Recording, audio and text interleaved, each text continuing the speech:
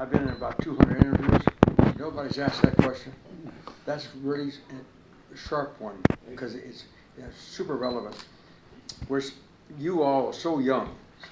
I love you. I wish I was your age. We're 82, working on 83. Quick, right? Put your mind back into 30, 31, 32, 33, to depression. You hear that word, and you probably studied it in college somewhere. And the country was hammered. I mean, hammered economically during the Depression. So, Mr. Disney worked on this film for 8 or 9 very serious, heavy years. Okay, he insisted on the foreground images, okay, our movements to be in oil, like Rembrandt, okay, not watercolor. Okay? And that slowed everything down. But look what happened as a result. Huh? Look at it today. You think Rembrandt did it, right? Huh? We think he wanted. That's fact. This is hearsay. We think he wanted to release it before Christmas. His brother Roy is documented really well, wanting to release it in 1934. Get this thing in production, boom, get it out for economic purposes, because it costs a ton of money to make Behn. Okay? So now it's 1941. Okay? Nobody anticipated Pearl Harbor, we don't think, right? December 7th. We think Mr. Disney wanted to release it in December. That was preempted by Pearl Harbor, okay? And then it's released about now, okay, in 1942. I remember this well, because I have been in 6 or 7 films already as a child actor, that crazy kid with all that curly hair stuff, remember? So I wasn't jaded, but I was older than 6 up here, and I'm aware of things. People were walking around like zombies after Pearl Harbor. For the first week and a half, 2 weeks, I mean, like, what's happened? What's happened? We were very aware of World War II in Europe. We had not been in the war directly, okay? And now we're in it, and life's changed radically, radically.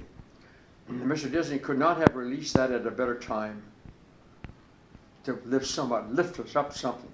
Lift us up. Huh? The newsreels are all grim, grim, grim, grim. Huh? And here comes Bambi. But it was also at a very tough time, because a lot of men had to hunt deer all over the country. We were not like we are now. Huh? Walmart. Huh? We're going to get some venison, go to Walmart, right? Huh? You're smiling. They're hunting for deer.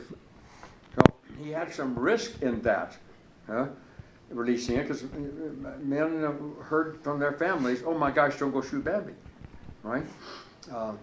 And Peter has got a great handle on the environmental impact of Bambi, because it probably was, I'm a student of this stuff, probably was the first major film to have an environmental suggestion. But Peter's got a real good handle on that.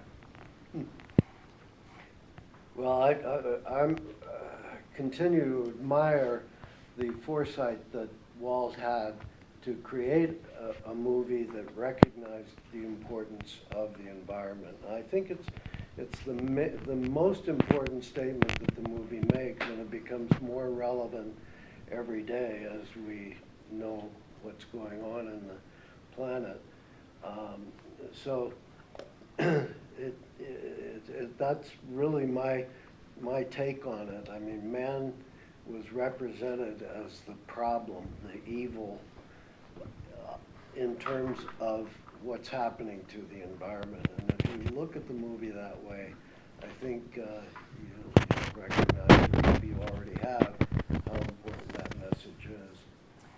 His involvement in the movie, and I was the same way. It was many, many years in adulthood before we would do that. And I've gotten a little easier about it over the years, and occasionally, as I said to the little girls next to me from New Zealand, you know, have you seen the movie Bambi? And I find that in the right circumstance, even with adults, you know, I might ask that question, and then I say, well, I was the voice of Thumper, and, or, you know, I said, so and it brings them some pleasure or joy in that moment. Just to know that they've seen somebody who did something cool a long time ago. And that's the reason I do it, not for the personal glory or gratification, just to try and bring a smile to somebody's face. And I don't do it very often, but I do it occasionally. So. I had a chance two and a half weeks ago, have 200 4th and 5th graders in a gymnasium. No, there was chairs were sitting on the floor in formation almost in gymnasium. I had been invited. I don't recruit myself into it, I've been invited.